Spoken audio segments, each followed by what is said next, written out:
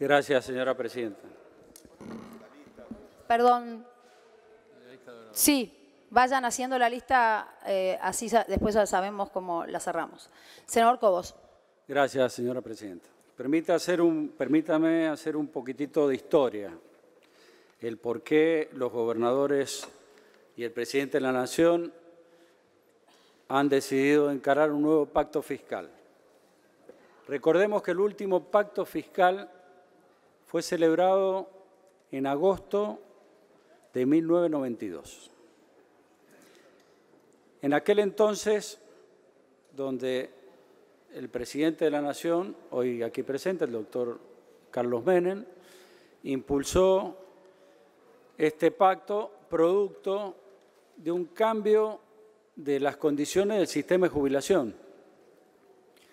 Aparecía el sistema privado, las AFJP, y por lo tanto había que financiar el sistema de reparto que se quedaba sin recursos y por lo tanto sin posibilidad de financiar a aquellos que ya estaban gozando de esos beneficios.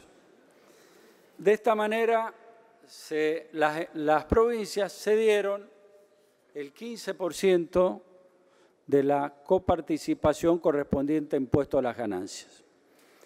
Es decir, que quedó del total de ganancias que se recaudaba, 15% iba al ANSES y después el ANSES también aparecía como socio dentro de las provincias con un 20%.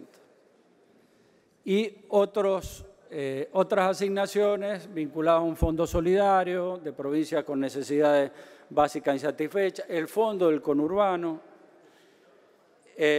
los fondos correspondientes a los ATN para atender a las provincias con desequilibrio fiscal. Bueno, han pasado muchos años y esto vence este año, entonces hay que hacer un nuevo pacto fiscal. Pero dentro del trajinar en la relación nación-provincia, durante todos estos años, aparecieron juicios. ¿Por qué? Porque entre los juicios que apareció la provincia de Buenos Aires diciendo, miren, a mí me corresponde el 10%, pero está establecido un tope de hasta 650 millones de pesos. Y quedó congelado esos 650 millones de pesos.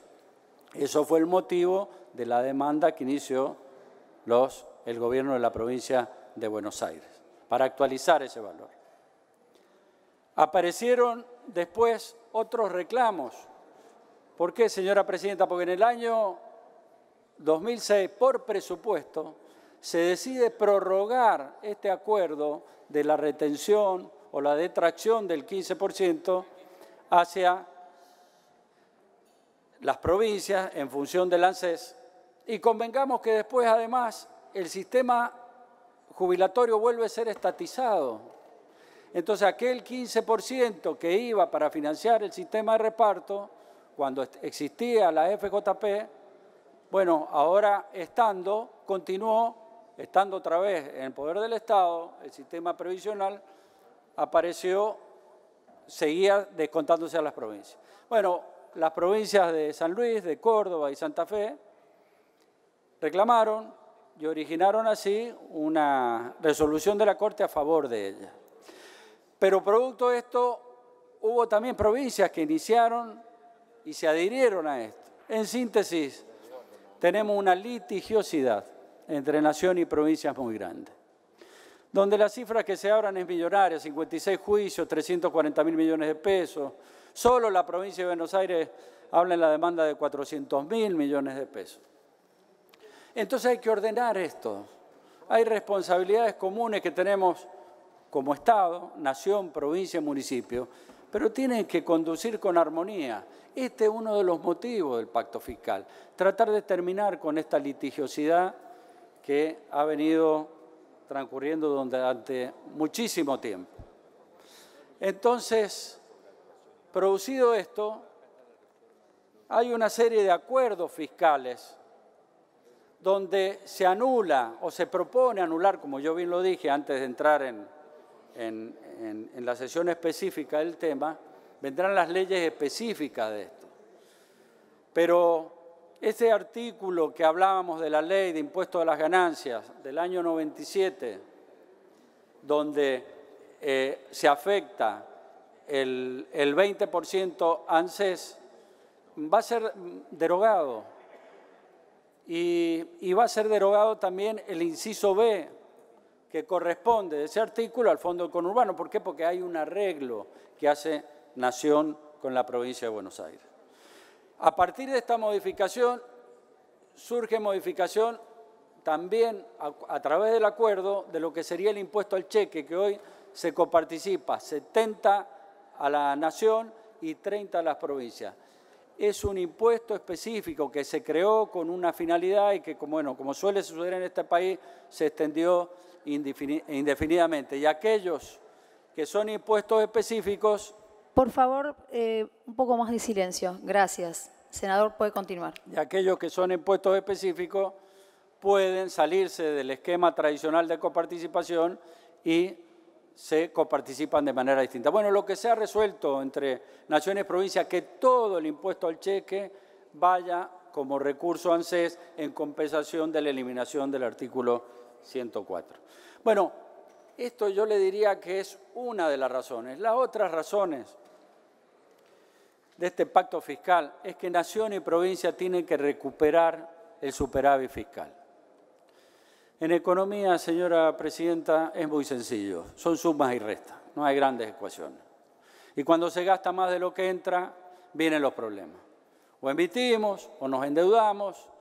Y acá el esfuerzo tiene que ser compartido entre Nación y provincias. Este es el esquema que se pretende arribar en este acuerdo también. Por eso surge la Ley de Responsabilidad Fiscal, que no es una ley de responsabilidad fiscal que primera vez tratamos. No, es una modificación de la ley que se aprobó en el 2004. Y fíjese lo que ocurría en el 2004 y 2005 cuando se cumplía con la ley de responsabilidad fiscal. Había superávit fiscal. Si a esto agregábamos, había un dólar competitivo, reservas del Banco Central, balanza comercial positiva. Fue cuando el país tuvo, en 2004-2005, inflación de un dígito. Y hoy, nuestro gobierno persigue que ese objetivo se alcance en el 2019. Por eso hay un compromiso gradual de reducir el déficit fiscal, pero también lo tienen que acompañar las provincias. Entonces aparece ahí una ley de responsabilidad modificada, son 24 artículos que modifican algunas cosas, que la actualiza, pero que la pone nuevamente en vigencia para que saneemos las arcas de la administración tanto nacional como provincial. Y dicho de esta manera, bueno, se restringe el endeudamiento, que no puede ser más del 15% que los recursos que se destinan en coparticipación a las provincias. Hay estímulos, hay castigos, hay una limitación para designar personal cuando faltan 6 meses para terminar un mandato. Hay un ordenamiento de esto y en realidad lo que se está persiguiendo, porque cuando se gasta más, bueno, se pierden de lo que entra, se pierden la inversión del Estado en áreas esenciales como en salud, seguridad, en vivienda. Hay otro tema muy importante, que es la recuperación de los fondos específicos. Hay un compromiso de los gobernadores. Usted, mire, cuando se hacían obras y muchas en obras viales y en vivienda, los fondos específicos del FONAVI y de vialidad no se tocaban. Después, por los problemas, obviamente, de déficit fiscal, se fueron afectando esos recursos.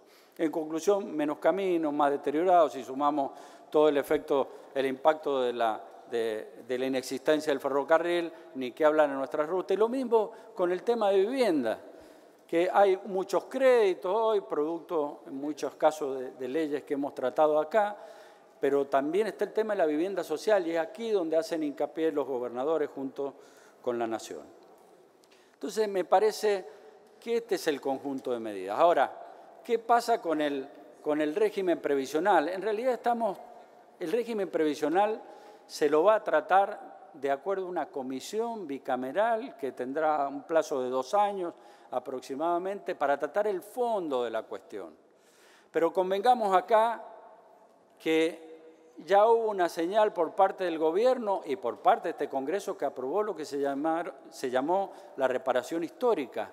Es decir, se modificó la jubilación en muchos casos, en más de 1.100.000 jubilados, en aquellos que adhirieron, cumpliendo con las sentencias determinadas. Ahora lo que se persigue, recompuesto esa jubilación y remuneraciones, bueno, mantener la intangibilidad en el tiempo producto de la inflación y de la evolución salarial. El proyecto que mandaba el Poder Ejecutivo contemplaba nada más la indexación de las remuneraciones trimestralmente por la inflación. Bueno, acá, aceptando una propuesta de la oposición, se contempla en una fórmula polinómica que contempla los recursos, la variación salarial y la indexación.